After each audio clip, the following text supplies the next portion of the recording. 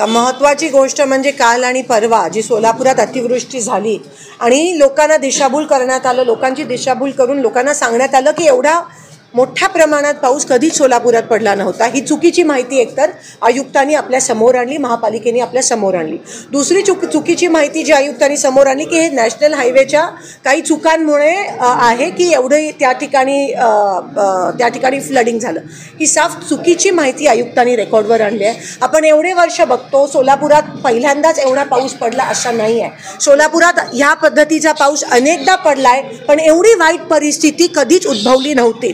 काही ठराविक low line areas असतात, शास्त्रीनगर असतं, तो परिसर असतो, तिथे कुमार चौक असेल तिथे पाणी तुंबतं, बाकी कुठूनही कंप्लेंट होत नाही. जेव्हा आम्ही होतो महापालिकेत तेव्हा हे सगळं त्याचा निचरा झाला आणि आज तिथे त्या भागात तुम्हाला पाणी तुंबताना दिसलं नाही. जेव्हा सोलापुरात एक पर्टिक्युलर MMच्या वर पाणी पडतं तेव्हा तिथे पहिला रिझल्ट आपल्याला तिथे पहिले तुंबलेलं दिसून येतं. ह्या वेळेस तिथून एकही तक्रार आली नाही. उलट शेळगी परिसर, मित्रनगर परिसर, त्या हद्दवाढ भाग जो आहे, ब्रह्मदेव नगर असेल, सैफुल असेल, तिथे आपल्याला पाणी मोठ्या प्रमाणात तुंबताना दिसलं. महत्त्वाची गोष्ट म्हणजे जिकडे अमृतची कामं म्हणजे ड्रेनेज, अमृत योजना ही महाराष्ट्र शासनाकडून मोठी योजना, ड्रेनेजची कामांसाठी पैसे मिळालेले. जिथे अमृतची कामं झाली आहेत म्हणजे जिथे झालंच नव्हतं पाहिजे, जिथे ड्रेनेजचं पाणी पावसाचं पाणी बाहेर निघायला पाहिजे होतं, तिथेच आपल्याला हे पाणी तुंबताना दिसतं आहे. रस्तेवर, घरं खाली, घरांमध्ये इथपर्यंत पाणी गेलं आहे लोकांच्या. त्या सगळ्या परिसरात आत्तापर्यंत पाणी आहे, JCB पोचलं नाही आहे. म्हणजे तुम्ही बघताय लेवल ऑफ करप्शन, कुठून कुठे करप्शन येत आहे. अमृतची कामं झाली आहेत, तिकडे पाणी तुंबत आहे, अजूनही JCB लोकांच्या घरी पोचले नाही आहेत.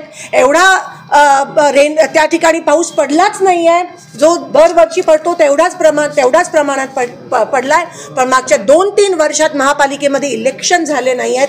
प्रशासकांनी सगळं हातात घेतलं आहे, अधिकाऱ्यांनी सगळा कारभार हातात घेतला आहे. लोकप्रतिनिधी नसल्यामुळे, एक प्रकारचा दबाव नसल्यामुळे हे सत्ताधारी पक्ष आणि अधिकाऱ्यांमध्ये मिलीभगत असल्या कारण आज सोलापूर शहरामध्ये ही अवस्था आज आपल्याला दिसून येते. जेव्हा कुमार चौक तुंबलेला तेव्हा मी स्वतः त्या ठिकाणी गेली होती आणि मी ठिकठिकाणी जाते. काळादी चाळीत हा विषय होता. आज तुम्हाला ते होता दिसत नाही, कारण तातडीने आम्ही ते काम हातात घेतो. आज इकडे फक्त फोटो सेशन केले जातात.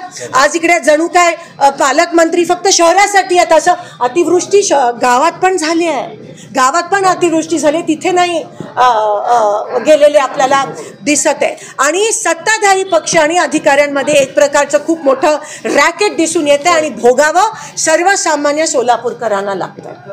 आणि आता ठीक आहे, तुम्ही म्हणता ना पाणी आहे, एवढं पाणी जास्त प्रमाणात पाऊस पडलाय, ठीक आहे, जास्त प्रमाणात पाऊस पडलाय तर रोज पाणी द्या. आता ह्याच्यानंतर पाऊस थांबल्यानंतर तुम्हाला एका नळातून पिण्याच्या पाण्यामध्ये आळ्या आलेले पण दिसणार आहे, दूषित पाणी पण तुम्हाला या ठिकाणी दिसणार आहे. मी तुम्हाला लिहून देते. दुसरी गोष्ट एनकॅप हा केंद्र शासनाचा निधी असतो. सगळ्या लोकप्रतिनिधींना अक्रॉस पार्टी लाईन्स तिकडे भेदभाव करायचा नसतो. सगळ्या लोकप्रतिनिधींना ते विचारधीन घेऊन आमची यादी मागून मगच एनकॅपचं टेंडर प्रक्रिया झाली पाहिजे. इकडे काय दिसून येत आहे, माझं पत्र 21 जुलैला आयुक्तांकडे जातं. त्याच्यानंतर फोन जातो की माझी कामं का घेतली गेली, आणि माझी वैयक्तिक कामं नाही आहेत, पूर्ण सोलापूर शहरामध्ये सुचवलेली रस्त्याची कामं आहेत, सुशोभीकरणाची कामं आहेत, ड्रेनेजची कामं आहेत, जी आमच्या सगळे नगरसेवकांकडून घेऊन कंपाईल केलेली यादी 21 जुलैला आयुक्तांच्या कार्यालयात पोचते. त्याचं इन्व्हर्ट पण साधं कॉर्पोरेशनने आम्हाला दिलं नाही आहे. मी आयुक्तांना सांगते की आमची कामं दिलेली सुचवलेली घेतली गेली नाही आहेत, त्याच्यावर पण काही केलं गेलं नाही. 4 दिवसांनी घाई गडबडीत शनिवार रविवार असताना सुद्धा टेंडर प्रक्रिया पार पाडली. मुद्दामून आमची कामं डावळली गेली. आता रेकॉर्डवर येऊन आयुक्त म्हणतात की आम्ही जर घेतलेली कामं कट केली तर आम्ही अडचणीत येऊ. म्हणजे हा क्लिअर कट आरोप आहे भाजप आणि सत्ताधारीवर की हे प्रेशरनी ही कामं करण्यात आली आहे. आणि ठीक आहे, तुम्ही तुमची लिस्ट द्या, पण सांगण्यात आले की खासदारांनी जर यादी दिली तर त्याच्यावर लक्ष देऊ नका आणि ती एक पण काम घेऊ नका. हे सरासर आज दिसून येतंय. सोलापूरकरांचा केलेला हा अपमान आहे. आणि फक्त महापालिकेमध्ये जेव्हा लोकप्रतिनिधी नसतात आणि फक्त अधिकाऱ्यांवर सगळं दिलं जातं तेव्हा काय होतं, पूर्ण सिस्टीम कोलॅप्स होते आणि भोगावं सर्वसामान्य सोलापूरकरांना लागतं. हे दिसून येतं. एवढे वर्ष आम्ही पण सत्ता बघितली, पण एवढं गलिच्छ आणि एवढं खालच्या पातळीचं राजकारण हे कधीच झालं नव्हतं. एक नवीन लो ज्याला म्हणतात ते भाजपकडून आणि सत्ताधाऱ्यांकडून आपल्याला होताना दिसतंय. हा आमचा आरोप आहे. आणि आयुक्तांना आज आम्ही सांगितलं, जोपर्यंत एनकॅपची ती लिस्ट तुम्ही रिवाईज करत नाही, जोपर्यंत आम्ही दिलेली सोलापूरकरांसाठी रस्त्याची कामं असतील, इतर कामं असतील, जोपर्यंत तुम्ही घेत नाहीत तोपर्यंत आम्ही इथून हलणार नाही. त्यांनी शब्द दिलाय की मंगळवारपर्यंत रिवाईज लिस्ट करून आम्ही दिलेली सगळी कामं ते घेतील आणि आम्हाला कळवतील.